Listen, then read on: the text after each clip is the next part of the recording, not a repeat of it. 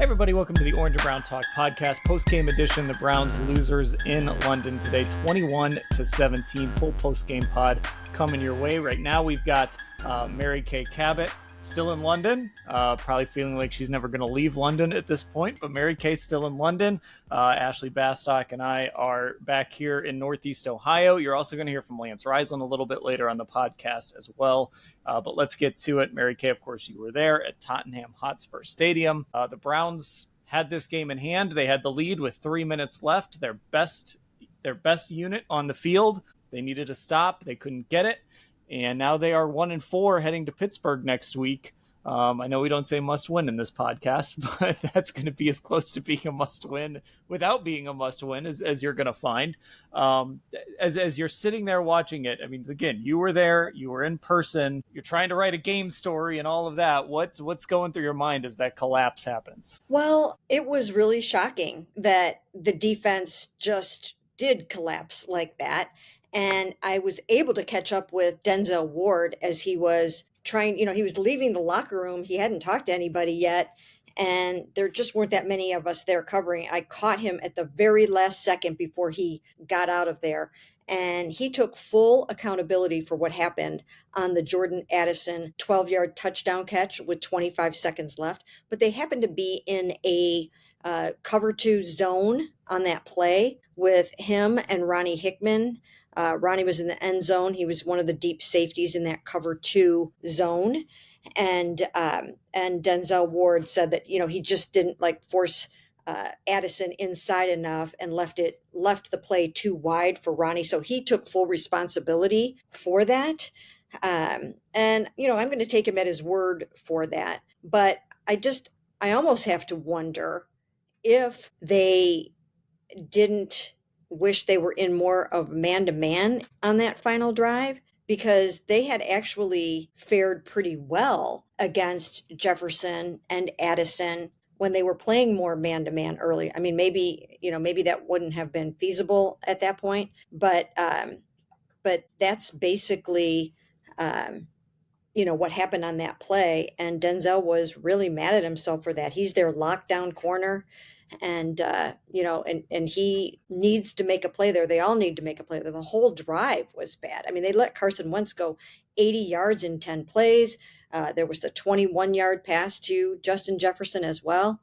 But it'll be interesting to hear what Jim Schwartz has to say about that final drive, because that was a colossal meltdown. Yeah, Ashley, I think that's the thing. And there's obviously a lot to get into with this game. But just to start there, it's a 10-play, 80-yard drive. We talked all week about the clear advantage the Browns had was that pass rush going against essentially the Vikings JV line. I mean, they had their third string center in. Obviously, Christian Darrisaw was out there, but for that was a patchwork offensive line, and we felt like the Browns could take advantage of that. That's really why all three of us picked the Browns to win this game. And for the better part of 57 minutes, with a few hiccups here and there, the defense was pretty good, but when you have your defense on the field with a chance to win and they believe they're the best group in the league, and this is what we've been talking about all season, they've got to come through, and you just can't let Carson Wentz drive 80 yards and complete 9 passes on that drive. No, and I mean, I agree with Mary Kay. That was my first question coming out of that game as I was still writing and rewatched that touchdown. I'm like, why were they in a zone there? It just didn't make sense for how the game had gone. And look, Justin Jefferson especially had a good day yardage wise, right? But he was 7 of 11. He had 123 yards. His longest was that 38-yard reception. So, to me, when you're on a play like that, why is it more beneficial to be in the zone? And again, I mean, we're going to talk to guys about this probably all week. So, we don't know everything now, but this was a point of discussion even on the NFL Network in-studio show right after the game, and they were talking about this cover 2 look. But it does become, when you have Denzel Ward, your Pro Bowl cornerback, why are you having him hand that guy off? It's like you want to bet, as Lance Reisland would say, maybe he uses this phrase today, I don't know, the player is over plays, right? He Denzel didn't, but he's Ward, going to be thrilled that you just did. Oh, he's going to be thrilled that I referenced it, because Denzel Ward is the player. You want in that situation, hypothetically, right?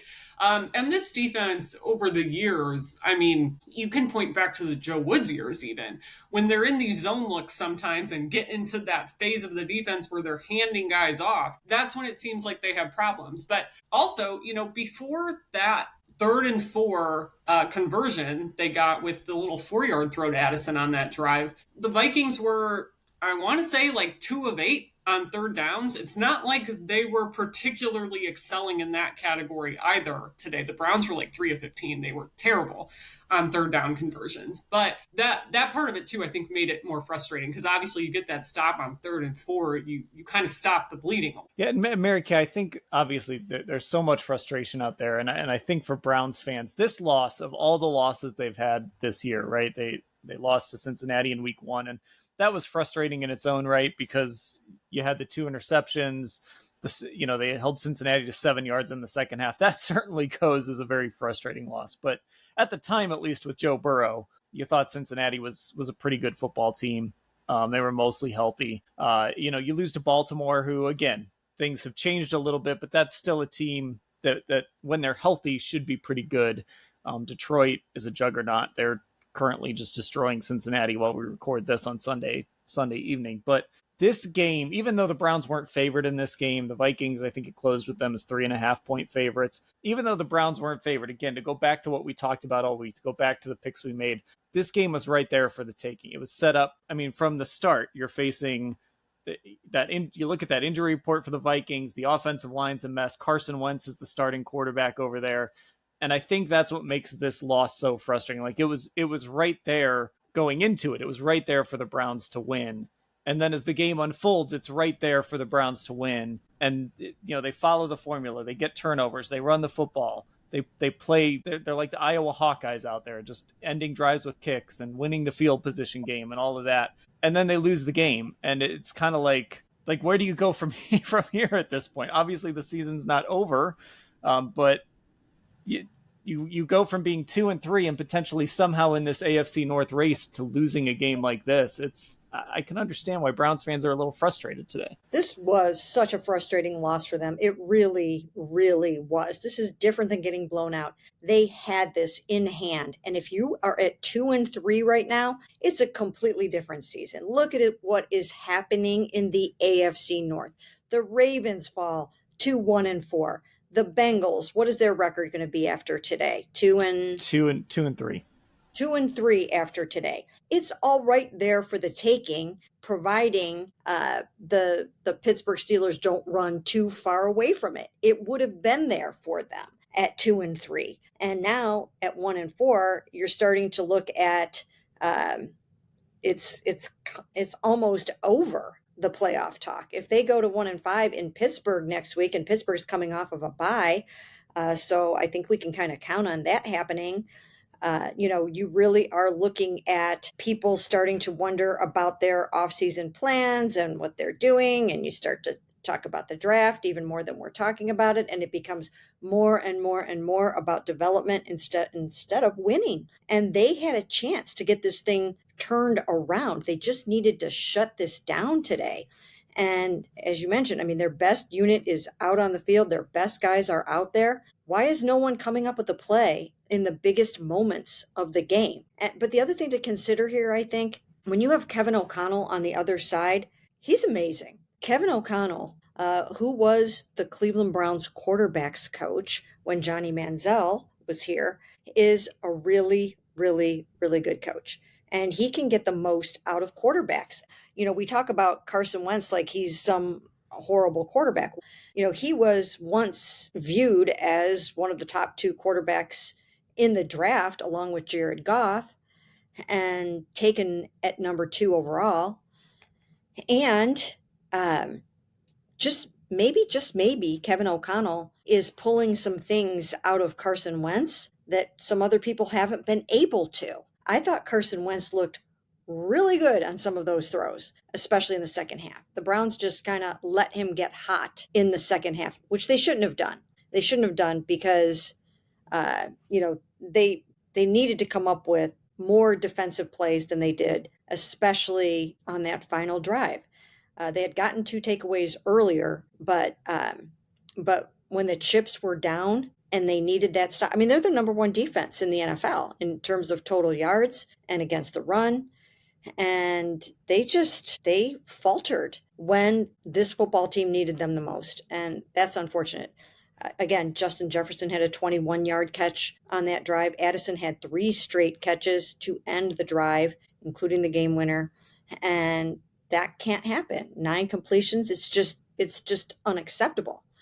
But I also think we do have to talk about, and we will talk about this and spend a lot of time on the fact that the offense just completely fell apart in the fourth quarter and it shut down. And there was no offense in the fourth quarter. And I just wrote a column about why I feel that is, or a big reason why that is. But that had a lot to do with it. They didn't do their job either. Yeah, and I think the contrast is, it's not like Minnesota put up 1,000,000 points today, or put up 50 points and 500 yards or something, but just watching this game, especially early and then on that final drive, just the way Kevin O'Connell engineered things and the way he protected Carson Wentz today. Like, again, this could have been a disaster. If that Browns defensive line would have dominated, it would have been a disaster. But he found a way to protect Carson Wentz enough, found a way to set up throws for him. Obviously, it helps when you have Justin Jefferson and Jordan Addison. You can't take that away. But on the flip side, a lot of people will make excuses for Kevin Stefanski. Well, he has a left tackle and he's got a rookie quarterback. And I mean,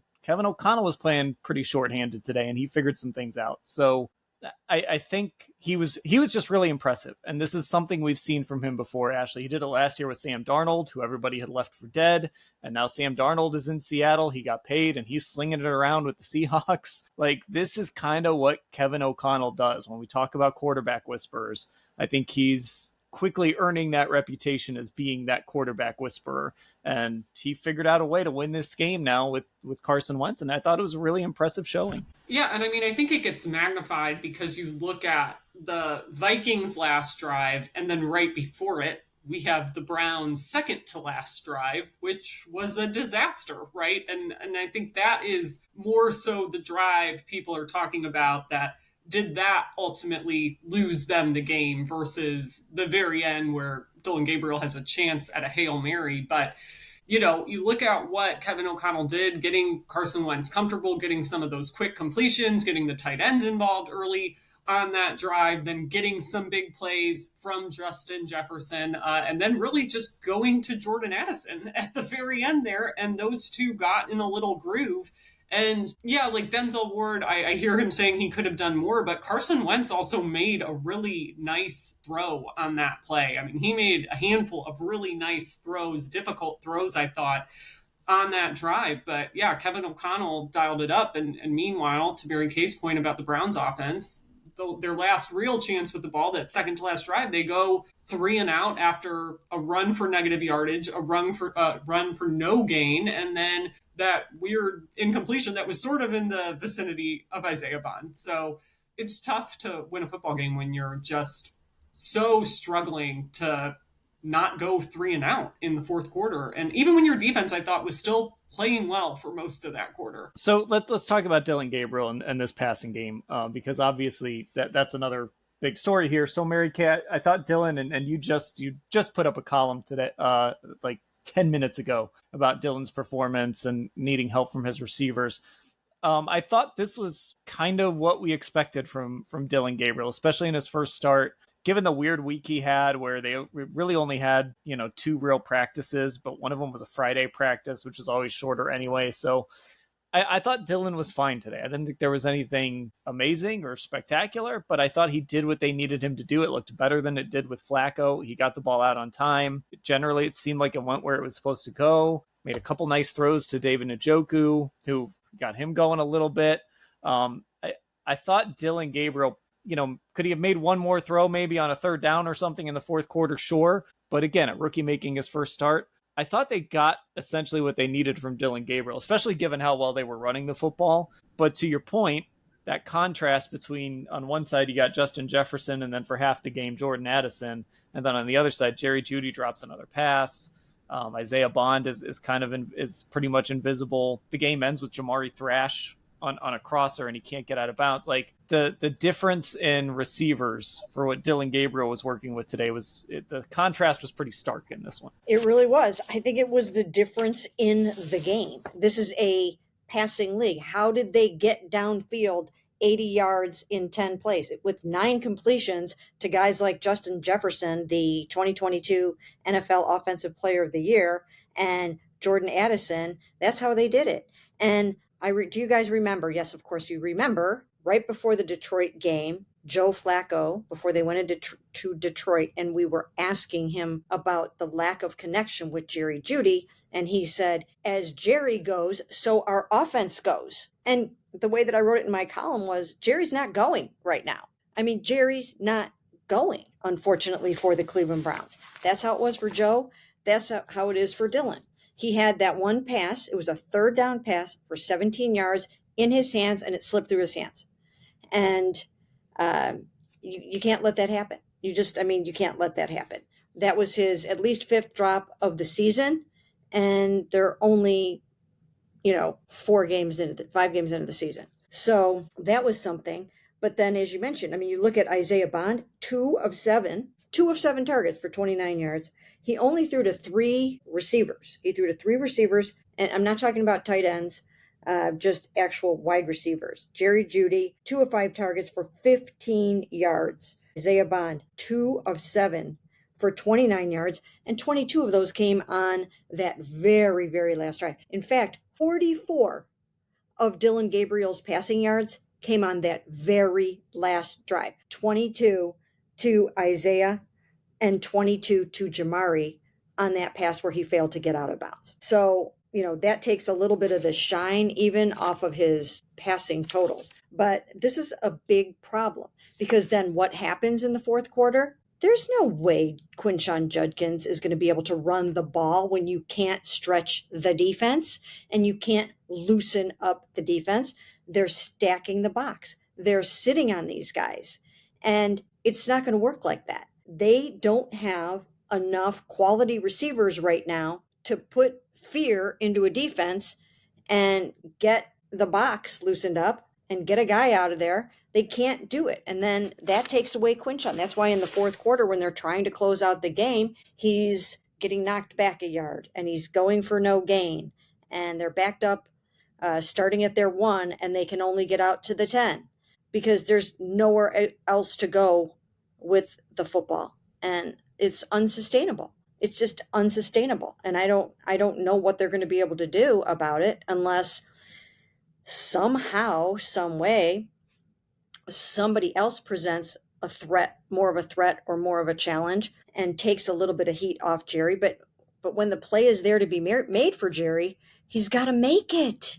He's got to make it. How was he kicking himself after the Detroit Lions game for dropping that pass that he felt could have made it 20-17 at the Lions 40 with a clear shot to the end zone for the most part? He was so frustrated and mad at himself after that football game. And then he went out and he dropped another pass. Jerry is not himself this year. Jerry is not being, right now, the receiver that the Cleveland Browns need. When you are the number 1 receiver, you have to be the guy, just like Justin Jefferson was today. And if it's not going early, then sometimes you can catch fire a little bit later. They shut Justin Jefferson down in the first half of the game. 3 of 6 targets for 38 yards.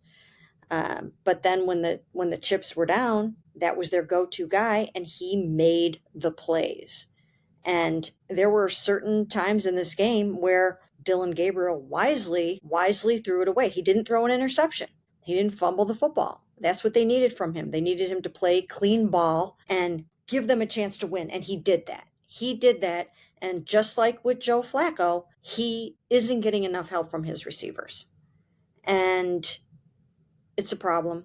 And they're going to have to devise a way around this. They're going to have to think of what else they can do. I mean, remember the year where Bill Belichick had to use 3 tight ends as his 3 top primary receivers? I mean, you do what you have to do, but you've got to scheme it up right too. I mean, you've got to make sure that you can move the ball through the air or else Quinshon isn't going to be able to run the ball either. Yeah, that's kind of what it comes down to for me, is like, you've got to figure out a way. Again, Kevin is an offensive coach. This is his offense. It was the story of the offseason. He's taken this thing back over, and it's not perfect, right? Obviously, it would help you if Jerry Jeudy were catching the football, but you've got to figure out how do you effectively get the ball in Isaiah Bond's hands? How do you effectively get the ball in? I don't even know at this point.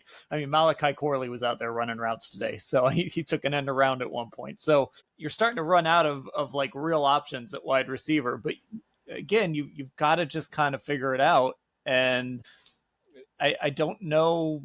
I don't know what that solution is, but Ashley, if you're the offensive head coach and your offense isn't working, that's kind of a problem. Like, you've got to do something. Nobody's asking you to score 40 points a game here, but like, you've got to figure out some way to get this passing game functional, especially because you've got a quarterback. You've basically got your quarterback in there. Yeah, and I mean, now we're to the point, it's 10 straight games where they're in this low scoring stretch. Mary Kay, is it 10 straight games, 17 or under now? Mary Kay is nodding yes. So, like, it's been a question. We've been asking some version of this question for like 3 years. I would argue that right now it truly does feel the most dire, because even last year when things were not great, Jerry was at least having a really good season. In the past, when we've asked this question, it's either been, what are they going to do behind Amari Cooper? Or last year, what are they going to do behind Jerry Jeudy? And like, the other, I guess, frustrating part I would say about today is this was, to me, by far the best game of the season for David Njoku. He had 6 catches, 67 yards. Both of those were high for the year. He got a touchdown. He got to do his Chief Slam in London. It was the good version of David Njoku out there today. I thought he played really well. And that still wasn't really enough, right? I mean, Harold Fannin caught all 4 of his targets and he caught a touchdown, but he still only had like 13 yards. Like, that is right now still not enough to totally fuel this pass game. But they got to do something, because whatever's going on with Jerry Jeudy, like, this is, like Mary Kay said, it's just not him. And then when it gets to a point where a guy's on a stretch like this, it starts to become like, when are they going to feasibly come out of it? Like, how much can you actually count on them to be that top dog at this point? And it's been a rough stretch to watch him, and especially with just another brutal drop today, that it's a play he should have made, and there's no reason for him not to make that catch. Okay, so there's two things I want to get to here real quick, and I want to stay on Dillon for this first one, because I do think we should spend just a little more time on him specifically and how he played today. So again, I didn't think there was. Again, the touchdown throw was really nice. He had that high throw to David Njoku that was really a nice throw on the sideline. He ran the offense efficiently. There's probably going to be some throws where it's like, hey, wish you could have done this on third down, whatever. Rookie quarterback making his first start, weird week. This is how I put it to Lance, Mary Kay, and this is how I feel a few hours later as we're recording this segment. I thought he was good. I don't know ultimately what he's going to be as an NFL quarterback, but like, let's talk about it again in a few weeks, right? We're going to get a few weeks now to kind of watch this guy, and he's going to get more and more put on his plate, and he's going to get more and more comfortable, and maybe make better connections with Jerry Jeudy and Isaiah Bond, and start to develop some of that stuff. So I thought it was a promising start, and there's something there. I don't know if it's longtime starter. I don't know if it's backup. I don't know what it is. I don't know if it's a guy that you can win with for a couple years. Whatever it is, there's something there that you can work with at least. And so let's see where this thing is in like a month. Yeah, I think so. I think there is something there that you can work with, and I can see the vision. I can see how smart he is, even when he talks after the game and explains why things happened and how they went the way that they did. He has a intelligence about him, and it's legit. It really is. It's legit. Now, of course, he's got to go into Pittsburgh. We are on this stretch of 4 out of 5 games on the road. We went from Detroit on the road to London on the road, which is really a home game, but we're a million miles away. They smashed the guitar. To Pittsburgh on the road. So it's not going to be easy, obviously, to go into Pittsburgh and try to win that game. But I do see the wisdom in starting him over Joe Flacco right now, because Joe Flacco was a sitting duck. Joe Flacco was a sitting duck. You couldn't put him back there anymore. He was not able to get out of trouble when you have tackle issues. And they for sure have a left tackle issue. Cornelius Lucas, who has been starting for them, wasn't even active today. Cam Robinson, the guy that they just brought on board, was active today, and they tried using him, and that didn't work out so well. So they went to KT Levinston the whole time, their second year pro. So they're having issues that way. And I do think that Dillon showed some moxie. I thought he showed poise. I thought he showed command of the offense, command in the huddle. I thought he went to the right place with the ball. I thought he threw it away when he should. And I think that he was totally, for the most part, hamstrung in that fourth quarter and really just didn't have any way to where to go with the football, or they didn't scheme it up right to give him anywhere to go with the football in the fourth quarter. So I thought he did a lot of really nice things.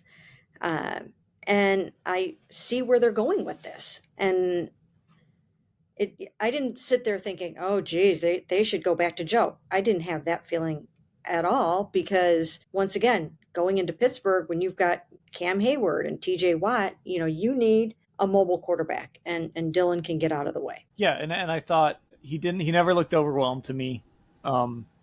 Again, there were moments.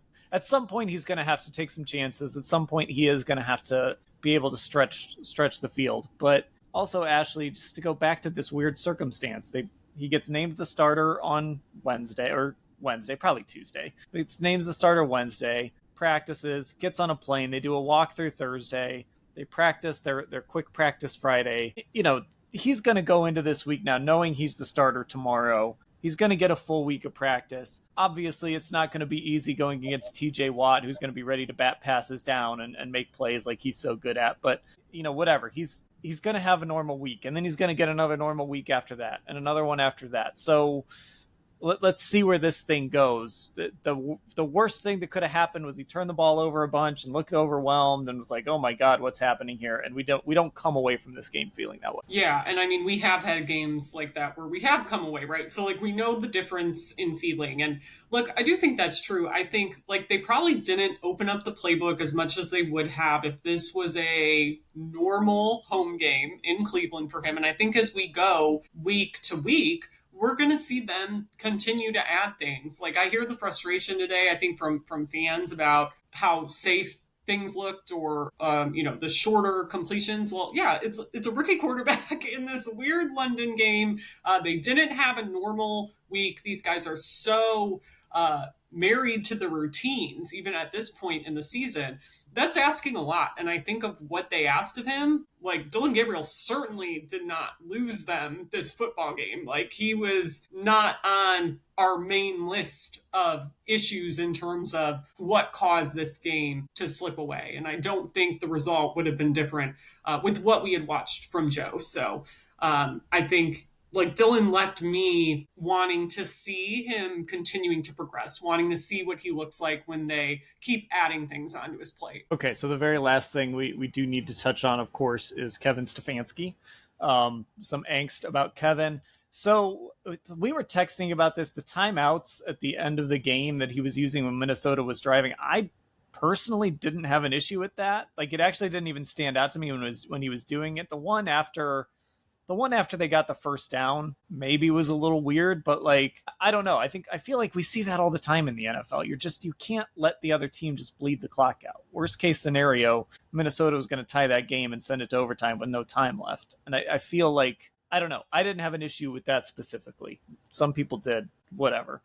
I think the discussion around Kevin now, though, is there were some things he could have been better at today. You can always nitpick things in game for sure with any head coach. But Mary Kay, at some point, winning you do have to win some games. And it hasn't happened a lot with Kevin recently. And today in particular was just one man, to let this one slip away. This is the one you had to have. And then you're going to Pittsburgh next week, and you're essentially playing for first place in the AFC North if you win this game. So there's a lot of angst out there about Kevin. I'm not going to sit here on this pod and be like, oh my God, Kevin has to be fired tomorrow. It's week 5. We'll cross that bridge when we get there here over the next few months, if it really gets to that point. But what did you, I guess, how much of this game in particular do you put on Kevin? And do you think some of that angst from the fan base today is justified? You know what? I would really have to, and I haven't had time to do this yet because I've been traveling and busing and writing and doing all these kinds of things. I really need to go back and study the whole timeout issue and analyze it and look at it and decide how I would feel about it. I haven't had time to do that yet. So I can't sit here and necessarily criticize him for that at this point. But I do think that that he needs to find a way to make this offense functional. And now it's time to see what he's got. This is going to test his mettle. Now you've got a quarterback that can manage the game and not turn the ball over. So now you've got to figure out how you are going to make an offense happen when you don't have any deep receiving threats right now that are making a huge impact on your football game. There's got to be a way to do it. And the genius people do it. And that's, Kevin is thought of by a lot of people, in that same category as a Kevin O'Connell and a Sean McVay and someone like that. So let's see what he's got. Let's see what the offensive staff can do. Tommy Rees is talked about in that fashion as well. So let's see what these guys have, because they have to come up with some players that can go out there and catch passes for them. And I don't know what they're going to do or how they're going to do it. So let's see over the next 3, 4, 5 weeks. I think there are some winnable games coming up. And again, if they can just hang around a little bit and string a couple of wins, they can stay in it in this messed up AFC North. It's bad. So now it's time for him to dig deep and see what he has and what he can come up with. And maybe you go study what the Patriots had to do in the year where they had to rely on 3 tight ends or whatever the case may be. Because right now, what they have isn't working. And if you are an offensive savant, now is the time to show it. Yeah, and I mean, part of what won him those 2 Coach of the Year awards, especially that last one, was his ability to figure it out. And a couple years ago, winning those games with PJ Walker and even one with DTR, and Joe Flacco comes in off the couch, they figure it out. And so to have this game, again, you mentioned there are winnable games coming up, right? And this was a winnable game. And if you keep losing games like this, then I think the discussion does have to get real. I think you do have to start to wonder, like, okay, at some point, even if you didn't expect this team to be very good, at some point wins and losses do matter to some extent. And this was a game they should have won that they didn't win. And there were some things that Kevin did that I didn't love. The defense deserves a ton of blame for what happened at the end. There's a lot of culprits in this, and I certainly don't think Kevin is blameless, and they haven't won enough. And at the end of the year, if they haven't won enough, then it's a conversation we have to have, Ashley. Yeah, and I mean, I think the other part where I think it's perfectly fair, I should say, to place blame on the head coach is with the penalties, because this is a problem week to week. It's been a problem over the years. Doug Lesmerises would always complain about the penalty. I mean, going back that far to the time of my very first year on the beat. But today, 10 for 78 yards. Like, that's a huge deal. When you're the head coach of a football team, you got to figure that out. That falls on you. The timeout thing, yeah, I mean, that to me, I did rewatch this game already because I'm unwell. I guess I had nothing better to do today. So I immediately started the game over once I posted my story. So for people not remembering when he called the timeouts, it was on Minnesota's final drive, obviously. So after the 21-yard Justin Jefferson catch, that one I think was the one you were referring to initially, Dan, after the first down there, maybe. That was the one they kind of waited for a little bit and then called. But I meant the one after, so they converted. It might have been the little that Andy Reid special to that little Andy Reid special to Addison. Yeah, that was the one that I was like, oh, I'm kind of like questioning that there. But for me, it really kind of in terms of questioning, Kevin goes back after rewatching it, especially because the timeout management, that was like pretty standard. Like I think most NFL coaches in that situation would have behaved like that. The broadcast was even talking about it at the time, about how the Browns situation had changed and now they needed to make sure they had time for their offense. Like that was all being talked about in real time, I think, after the second timeout got called.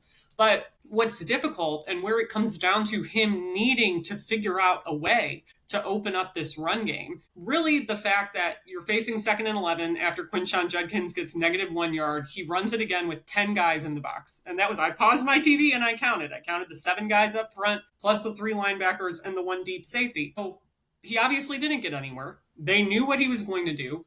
And then really it's the fact that on 3rd and 11, there's that nonsensical incompletion that whether it was a miscommunication or Dillon just had to throw the ball away. Either way, it didn't work. But it's like then by not running the ball there, the Vikings then would have either had to use their final timeout if the Browns had run the ball on the 3rd down there, or they would have had to let the clock go under 2:30, I think it was, before the Browns punt. So think about that reality when the Vikings for that final drive got the ball back with like 3:05 left. Like it would have been a different scenario for them too. So that's where I get the criticism or the questioning. But again, I think you're talking about these play calls and it comes down to my first thought is still, okay, well, who's getting the ball? Like who are we throwing it to in this situation right now? That is still, I think, the crux of the issue with this Browns offense. And he does have to figure it out. That's where I think it's like, you can look at it and say, okay, Kevin, it's time to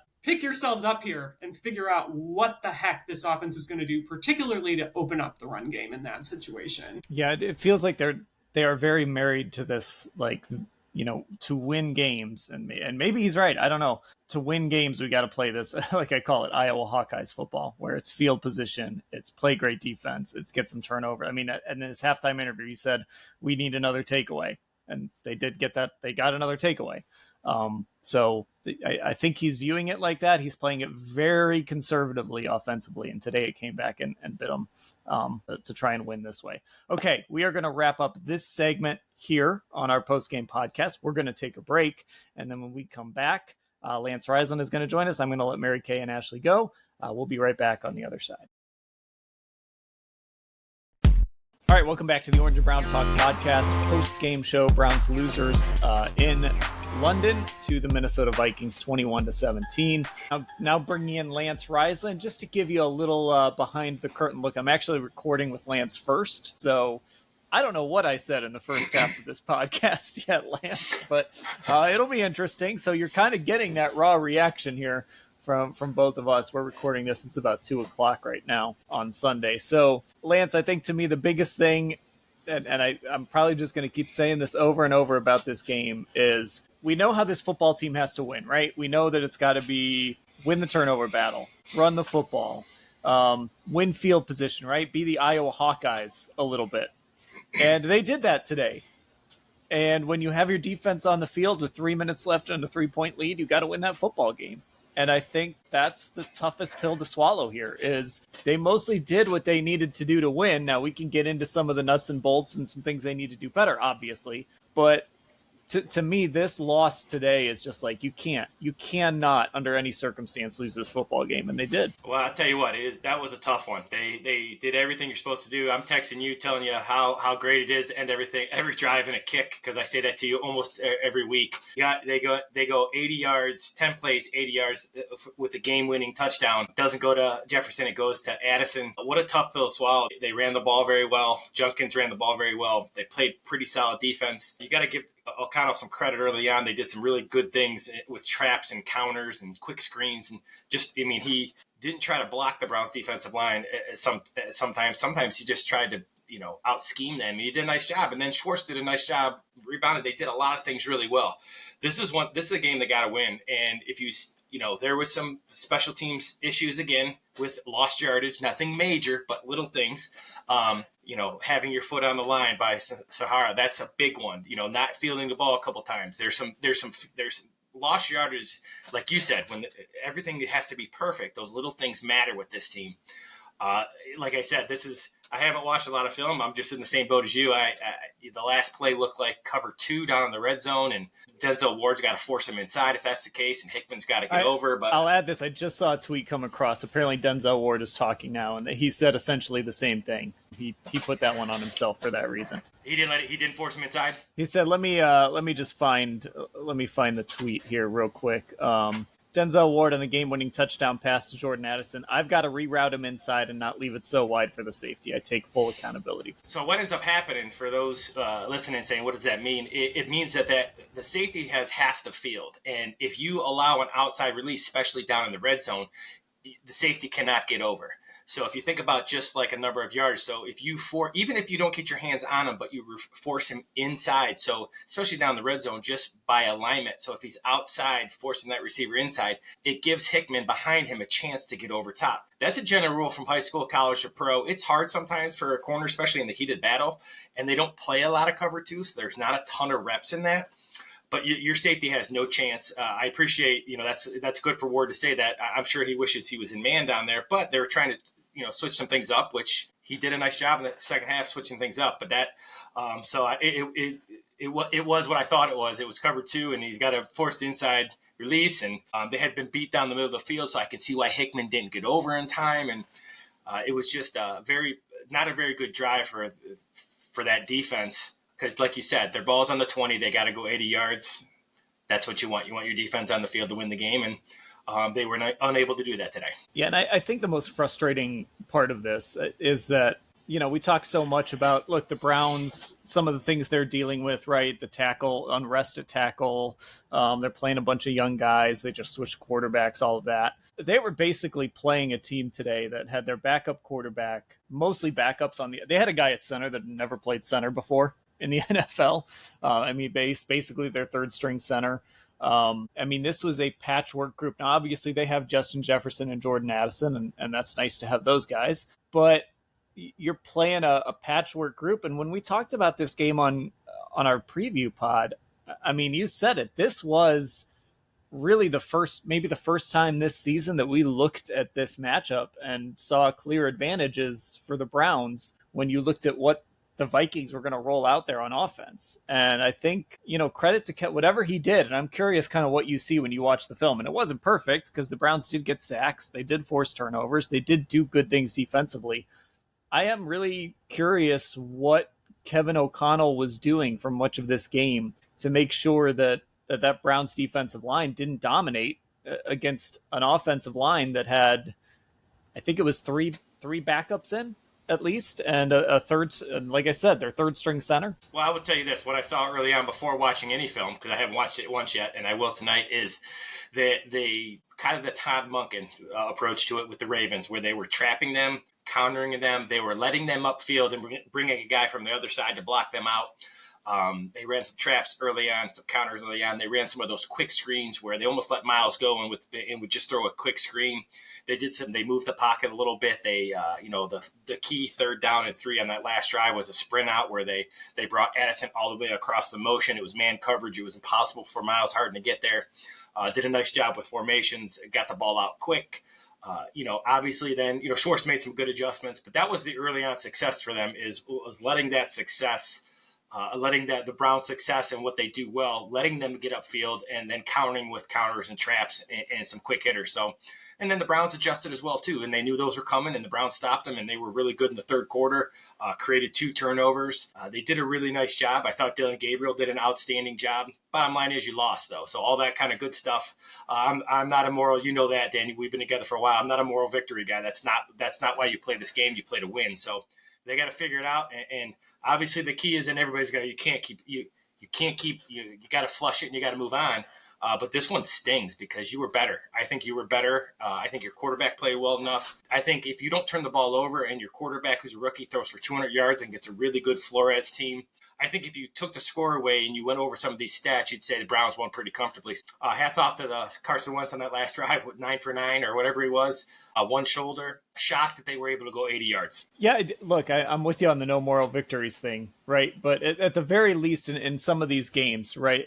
I mean, I know the Ravens kind of blew them out. I mean, the Ravens did blow them out, and the Lions did blow them out. But you could look at some things and say, hey, the defense played really well, all the complimentary football stuff. And you looked at the schedule, and you're like, okay, this team's supposed to lose to the Lions. This team is supposed to lose to a team like the Ravens, at least in the state they were in when they played them. The Packers win was a miracle. Like, great. And a win's a win. You never complain about a win. But I think what stings about this one is this was the first game, even if the Vikings were healthy, I think you would have looked at this game at least like, hey, the Browns have a chance. But the state the Vikings were in, even though they were 4.5 point favorites, and I think they closed as like 3.5 point favorites, even though the Vikings were favored in this game, you looked at this game and you reasonably said, the Browns have a chance to win if they play the way that they want to play. Run the ball, protect the ball, again, be the Iowa Hawkeyes, right? And every drive with a kick, like you like to say. If they play that way, they should be able to beat this Minnesota team. This defense should be enough to beat this Minnesota team. And I think for Browns fans, that's probably what stings, is this was a game against a team that the Browns should beat, and they didn't. And it happened in a way that the game was right there for them to do what they do best, which is play defense. And they didn't win the game. Yeah, I mean, that's well said. The thing is, you had your unit on the field, and that's what complimentary football is. And they punted the ball, and I do say that all the time, especially when your defense has been as good as they are. I think I don't want to say they had a good a letdown, because they faced really good coordinators. They faced really skilled guys. Carson Wentz is a gamer. We said that on Thursday. He made some good throws when he needed to make some good throws. But what, and the bottom line is that they didn't make it. You can question the third down call. They didn't have to take the timeout.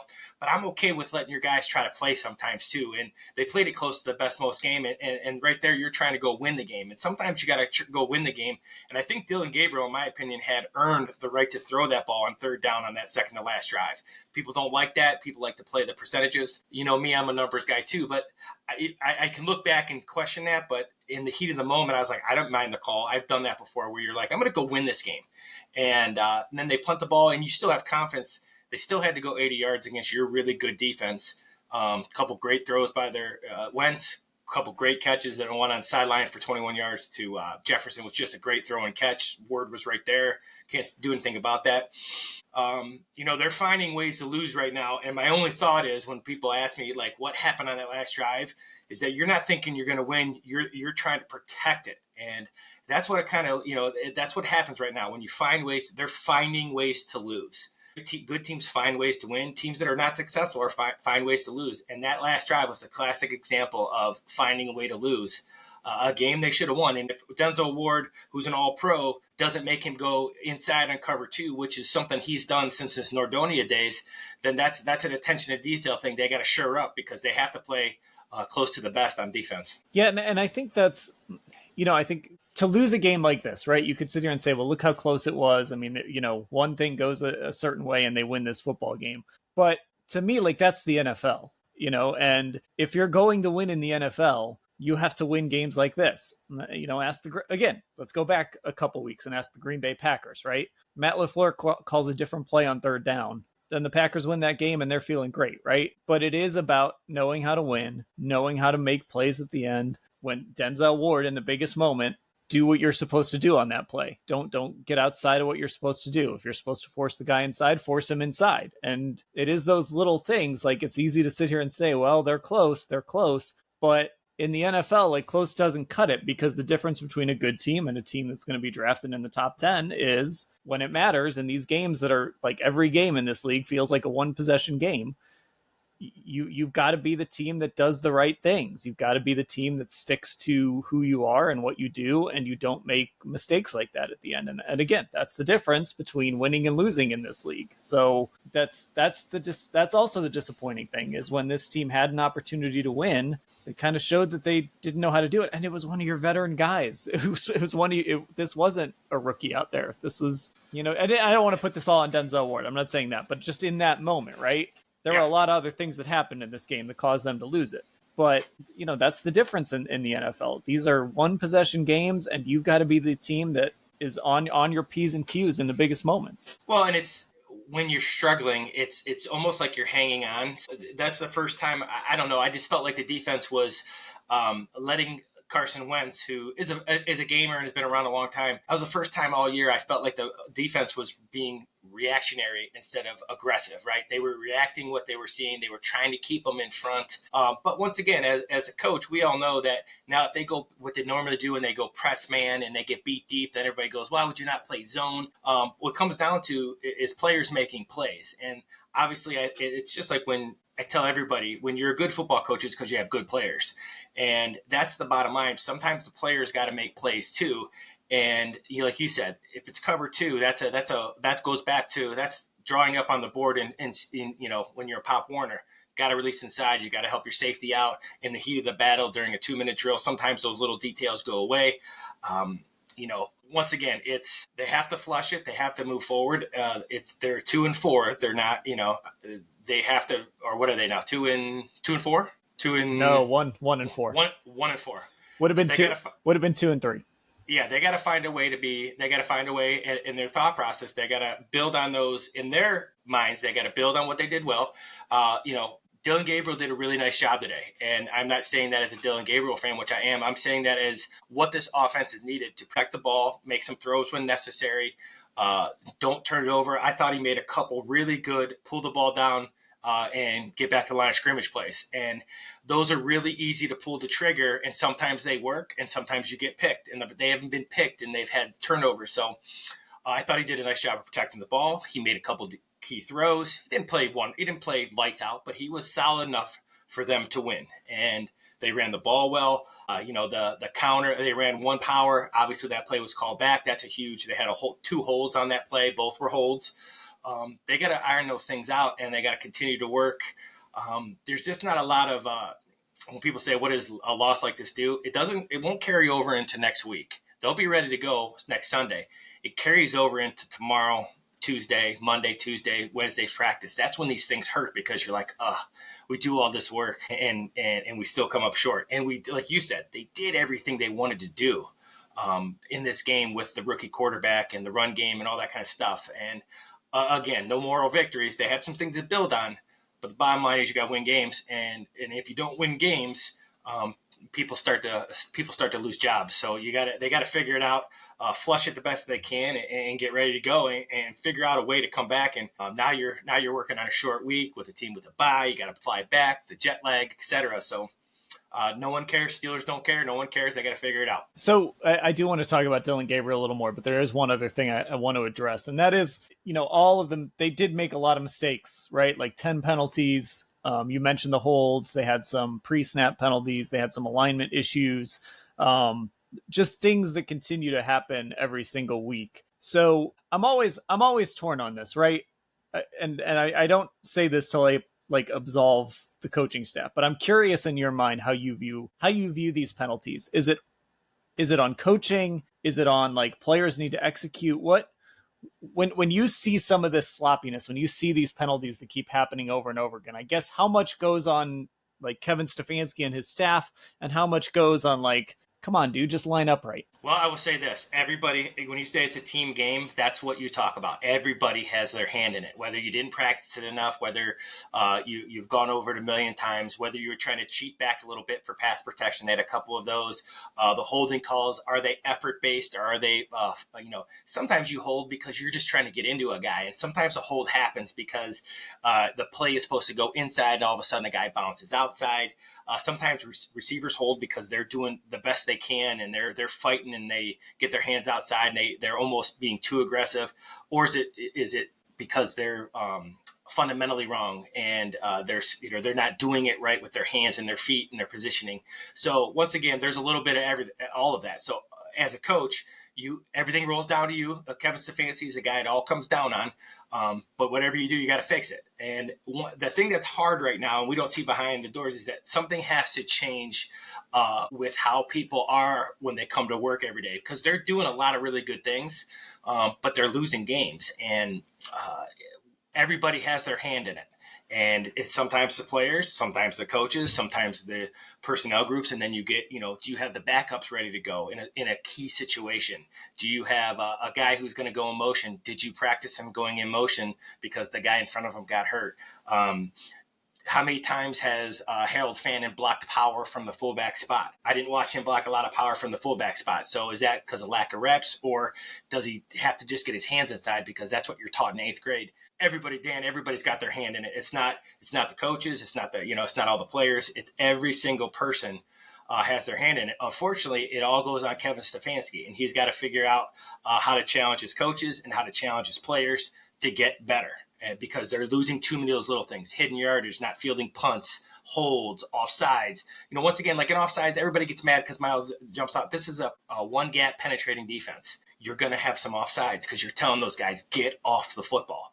So that happens. And you take the good with the bad if you're in that type of defense. Just like if you're in a bend, don't break defense, you're going to give up a lot of yards. So it just is what it is. Everybody's got their hand in it. Everybody has an answer. I know I would do this. I would do this. They got to figure it out when that door's closed and get after each other a little bit and kind of draw a line in the sand, because if they don't, it's going to go south more than it is already. All right, so let's talk Dillon Gabriel. Obviously, a guy that you loved coming out of the draft. So I want to get your thoughts on his first game. Final numbers: he goes 19 for 33, 190 yards, 2 touchdowns, 94.3 rating, adds 5 rushing yards. But I thought he was pretty good with his legs today throughout this football game. I thought he was fine for his first start. I thought he was efficient. I thought for the most part, the ball needed to go where it was. There's probably going to be some things he wants back when he goes back to watch this game. The touchdown pass was a nice throw. That throw to Njoku on the sideline was a nice throw. Not a lot of involvement with the receivers. I don't know if that's a Dillon Gabriel issue or a receiver issue. I mean, Malachi Corley was out there playing today, so I don't know. That's all stuff that we're going to have to figure out. But for his first start, a truncated practice week because they just did a walkthrough on Thursday because they flew to London on Wednesday night. I thought it was promising. I don't know what Dillon Gabriel is long term. I don't know if he's a 5-year starter in this league, 10-year starter in this league, or if he's a backup long term. But I thought today showed you he can do what you need him to do right now for this offense. And now you can start to put a little bit more on his plate, and let's see where this is in 2 or 3 weeks. Well, and the thing that I thought, I can't wait to watch the All-22, and I look forward to talking on Tuesday, because here's what I saw is that I saw him almost release the ball a couple times and then kind of get upfield and either get a sack or like a 1-yard gain, or a couple times he scrambled, they punted he ran the ball 9 yards. Those are the throws, in my opinion. I can't wait to watch him. I think those show his maturity, because there's a time as a quarterback where you're just not quite sure. And if you're not sure yet, don't throw it. And that'll come with reps as he sees it on film and as he sees the holes where they're at and understanding coverage. And, he's probably saw more coverage today than he's seen, in his 6 years of college. So, that'll be the key for me, is what progression does he make? But I want to watch that film and see, did he make really good decisions? Yes, he missed some throws. And I'll be honest with you, I love the fact that he went to the tight ends, because Jerry Jeudy, who's a super talented guy, has dropped too many footballs. So their best players are Judkins, Fannin, and Njoku. And he was force-feeding those guys, and I think that's the way to do it. Njoku proved again today, you got to get him the ball. You got to get him involved early, and he'll make a ton of plays for you, because he's really talented with the ball in his hands. So I like the fact that they work the tight ends, and I look forward to seeing what they do moving forward. Yeah, and again, it was, what I guess to me, it's like I look at what was his mission today, right? What was when Kevin Stefanski sat down with Dillon Gabriel on Saturday night and was like, this is what it needs to look like. Distribute the ball, don't turn it over, don't make the big mistake, use your legs when you can, all of that. Now, again, over the course of the next month, 2 months, you want to see that expand. You want to see that ball go down the field a little bit more. You want to see some more explosiveness. This is what we've been talking about in that passing game. We've been talking about it all season. But you saw that it looked better today than it did with Joe Flacco, who was just holding the ball too long, who was turning the ball over too much. Now, next week's going to be a test. I guarantee you, TJ Watt's going into that game, the king of batted passes, thinking, I'm going to get my hands on a few of these, right? But that's the NFL. Now we see you get a full week of prep. a normal-ish week once they get back to Cleveland. Let's see what more they want to put on his plate. Let's see how they want to attack this Steelers defense, which is different from this Vikings defense.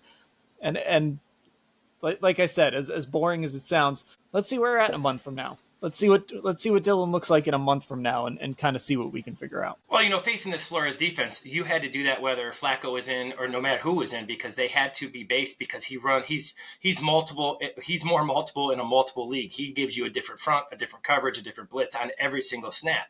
So you have to be basic. And I thought he did a really nice job. He made some good throws. He missed a couple. Did a good job with his feet. He was kind of everything I thought he was. And I think, once again, though, now you want to see that improvement. But he gave you a chance to win. You had your defense on the field, and he gave you a chance to win. Now, in the defense's defense, they've had to do a ton in the last 5 weeks. So if they feel like they got their guy now you got to build on it. The problem is, after you lose a game like that, that's a tough one. That's a really hard one to swallow when you go back and watch this film, because you're going to see a lot of really good things. Those type of games, I tell everyone, those type of games are worse to lose than when you get your doors blown off. Because when you get your doors blown off, you just go, okay. And going back to what you said, I don't necessarily think they got boat raced by the Ravens, by Lions. I think the offense got boat raced. The special teams got boat raced. But this defense, this is the first time this defense didn't come through in a really, really critical situation when the game was on the line and they could win it. And now they got to answer the bell too, because this is the first time they didn't do what they were supposed to do. And I think they'll be even better for it. Right. And I think, too, it's important to note, I mean, look, they still only scored 17 points. And there are still the same fundamental flaws, I think, with this offense, no matter who you had to know this when you made this switch, right? Jerry Jeudy is just not playing well. He's dropping the ball. He's not doing, I mean, we stood there all summer and watched Jerry Jeudy and was like, oh, this guy's going to pick up right where he left off. It hasn't happened. They are relying on Isaiah Bond and Malachi Corley and Jamari Thrash. Like, their number 2 receiver position, even with Cedric Tillman, their number 2 receiver position is lacking a lot.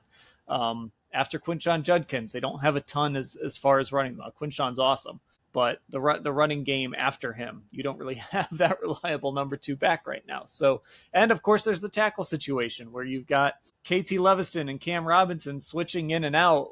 And Leviston was getting called for penalties and Robinson was getting called for penalties. Like, the same fundamental flaws still exist, but at least with Gabriel, the ball was coming out, it was going where it was supposed to go, and it wasn't going to the other team. So at the very least, you made some progress in that regard. Well, I'll tell you what, Jack Conklin, going back to the tackles, you talk about an offensive lineman usually doesn't make that big of an impact. He was really good today. He's a really good NFL offensive tackle. They have something, JT Levinston, everybody is really, really hard on him, and I agree. But the mistakes he's making, he makes a lot of aggressive mistakes. He's a really talented guy. He has great fundamentals. He's just really raw. Cam Robinson is a guy, again, with a full week of practice, I would fully expect Cam Robinson to be the starting left tackle next week, with Levinson being that swing tackle, because Levinson's athletic enough to go both ways. You saw with Lucas being a healthy scratch that they're kind of going to lean on Levinston moving forward, and he has the tools. Now, if you can run the ball like you're running today, he's pretty good in the run game. He's just got to really improve his pass protection, and again, that comes with reps, that comes with work, that comes with endless, going against Miles every day, maybe being a little bit more live with him. Maybe you take a guy like him and Cam Thomas defensively, and they work a little bit more off of the side. So there's some things you could build on, but they got to offensively, they got to focus. I think they are what they are. They got to go out and get some explosive players next year. But right now, their best players are those tight ends in this run game. So maximize it, get in that 12 personnel, even go 13 personnel.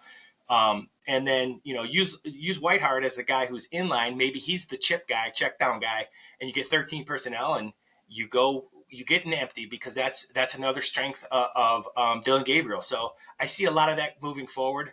You're right. Jerry Jeudy's not playing well. Tillman has been very injury prone. He was just okay even before then.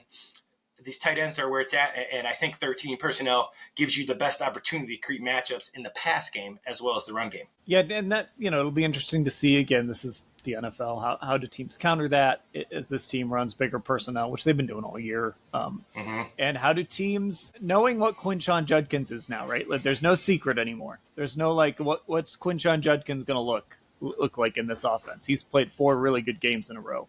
I think Dan Murphy from the Browns tweeted out that he's the first Browns player ever with 70 or more scrimmage yards in his first 4 games, which is pretty impressive. There's been some good running backs and pretty good running backs. Yeah, so some dudes that you would think put up some numbers there in those first 4 games, but there's obviously he is a high level running back, and he changes this running game from what it was in week 1, and even from when he was like kind of first out there in week 2, and they were feeling him out. So now do we see what does Pittsburgh do next week? Do they kind of sell out a little bit on that run? Do they kind of make it hard to get it to the tight ends and see if the Browns can win on the outside?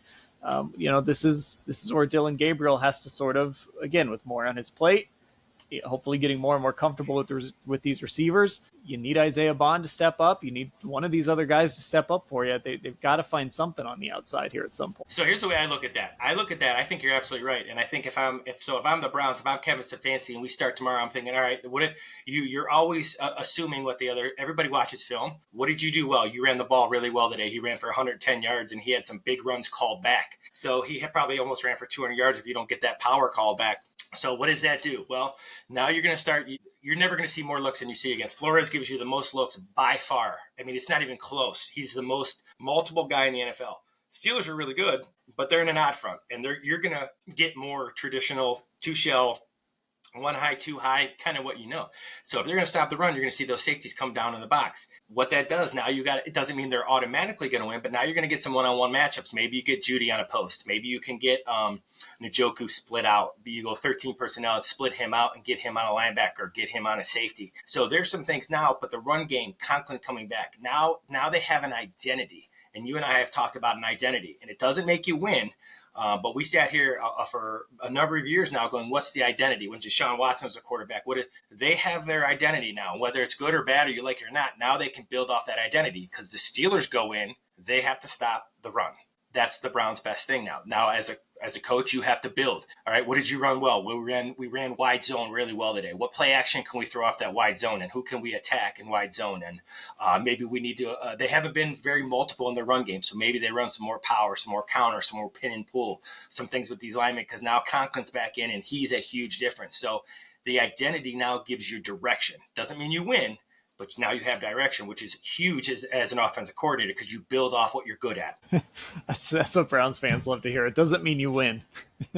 Doesn't. But I tell you what. But no, you're right. I understand what you're saying. I understand if you don't have an identity, you have nothing to say. So yes. right now, going before Junkins got rolling, what was your identity? You weren't a power run team. You couldn't throw it very well. You couldn't do anything. Now you maybe draw some shots on first down for Dillon Gabriel because you're right. The Steelers are going to go, we're not letting Junkins get them to 2nd and 5. And I almost texted you a couple times today because I know you were thinking of me when they were 2nd and 5 a whole bunch. But now maybe you go, you know what? We're going to take a shot on first down. We get the ball at the plus 50. It's first and 10. They crowd the box with 8. Now you're taking a shot to Judy, and you get Judy who you want in the slot or however they want to draw it up based on what they see in film. But that's how it starts because you've created who you are, and who you are as a running team with big personnel. Now you build off that, and I think that's. There is no moral victory. I'll always believe in that. But at least you have direction now, and you did something well that you can build off because the other team has to stop it. Okay, so I want to ask you this one question here. And again, I'm sure this is something that I'm going to talk about with Mary Kay and Ashley as well, as we record the first half of this podcast a little bit later. We're 5 weeks into this season, and there are a lot of frustrated fans, and the Kevin Stefanski conversation is always going to be divisive, I guess, because the guy's won 2 Coach of the Year awards. He's gotten this team to the playoffs twice. He's also had, this team has not won a lot of games lately, and we're in year 6 here. So, to me personally, on October 5th, I'm not ready to talk about firing the coach, and I think it's too soon to talk about that anyway. I also think that it's fair to be critical of Kevin Stefanski and the fact that this team has not won very much in the last 2 years. And this year, again, a game like this, how much is on Stefanski? How much is on players? How much is on coordinator? It's all nuanced, right? But you lost a game like this that you should have won. And at the end of the day, when they look at that ledger, if the Haslams are thinking, do we need to consider this? A game like this goes on the wrong side of the ledger. Where are you at with Kevin right now, 5 weeks into this season? I'm with you. I don't think you make a knee-jerk decision on October 5th. However, that conversation can't come up because you're not winning. And if you don't win, I was always amazed. I've never believed in this. I've heard leading into this season, because they're going back to what they do and Kevin got his offense back, everybody was going to give them a bye. It sounded like Haslam was like, we're going to, I've heard him talk to you guys about like this year, what happens. We gotta get back to who we are, all that kind of stuff.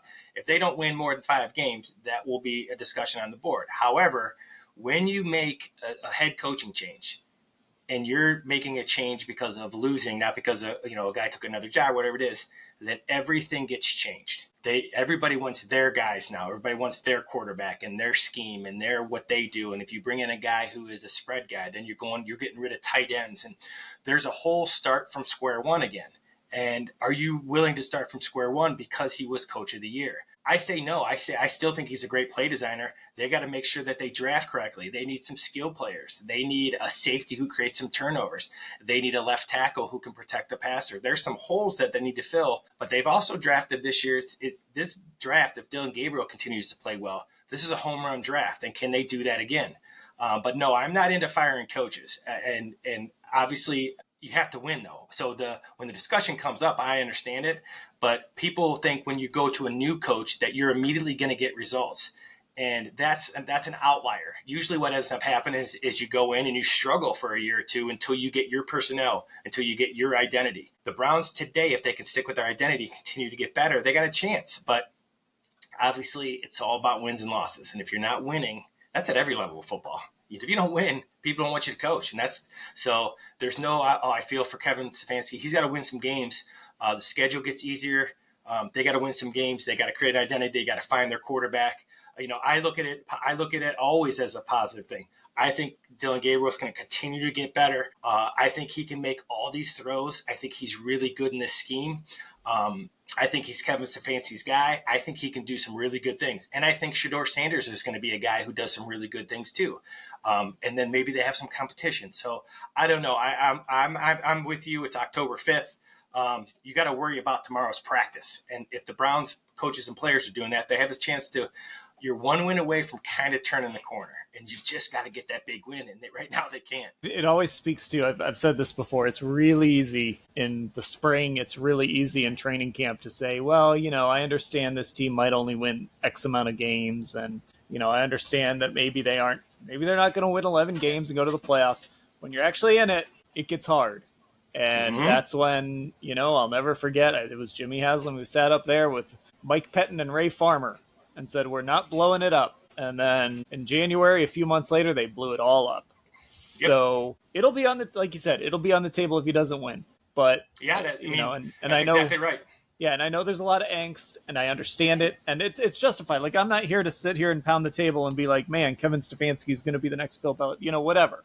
Like, he has his flaws, and he's had some good seasons, he's had more bad seasons. But on October 5th, I still think it's okay to be like, let's let this season play out a little bit more and see where this goes. Well, I like when, I actually take if people weren't bothered and I didn't get a ton of messages and a ton of DMs from fans saying, what would you do? We got to get rid of Kevin and all the things. That tells you they're invested, and that tells you they have expectations, and that's an okay thing.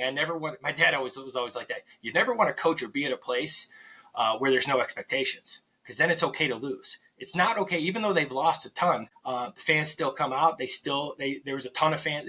People want the Cleveland Browns to be good, so there's expectations there, and that's okay. Just understand, if you make a total change at this NFL, because jobs are so fickle, people want to go down with what they do, and they want to go down with their personnel and their coaches and their philosophy and their identity, et cetera, et cetera. So if you blow it up and then you start over, and this roster for what they're doing right now they've officially gotten to a Kevin Stefanski roster. So they would have to blow it up if he's not the coach. And maybe that's the answer, but understand that's what it means. Okay, we're going to wrap up this podcast there. There's an alternate universe where we spent the last 30 minutes talking about Harold Fannin and Quinshon Judkins and Dillon Gabriel, and the Browns are right back in this division race heading to Pittsburgh, but instead they are 21-17 losers in London, coming back to Cleveland at 1-4. Let me tell you about Football Insider, cleveland.com/Browns, the blue banner at the top of the page. That's our texting, our newsletter every day that you get, and you get access to those stories that are behind the paywall at cleveland.com/Browns. If you're not subscribed to Orange and Brown Talk on Apple Podcasts, Spotify, wherever you listen to pods, get subscribed. Also find our YouTube channel, Cleveland Browns, on cleveland.com. You can watch a lot of our pods there as well if you actually want to see us instead of just listening to us. You heard from Mary Kay and Ashley earlier. That was Lance. I'm Dan. Thanks for listening, everybody.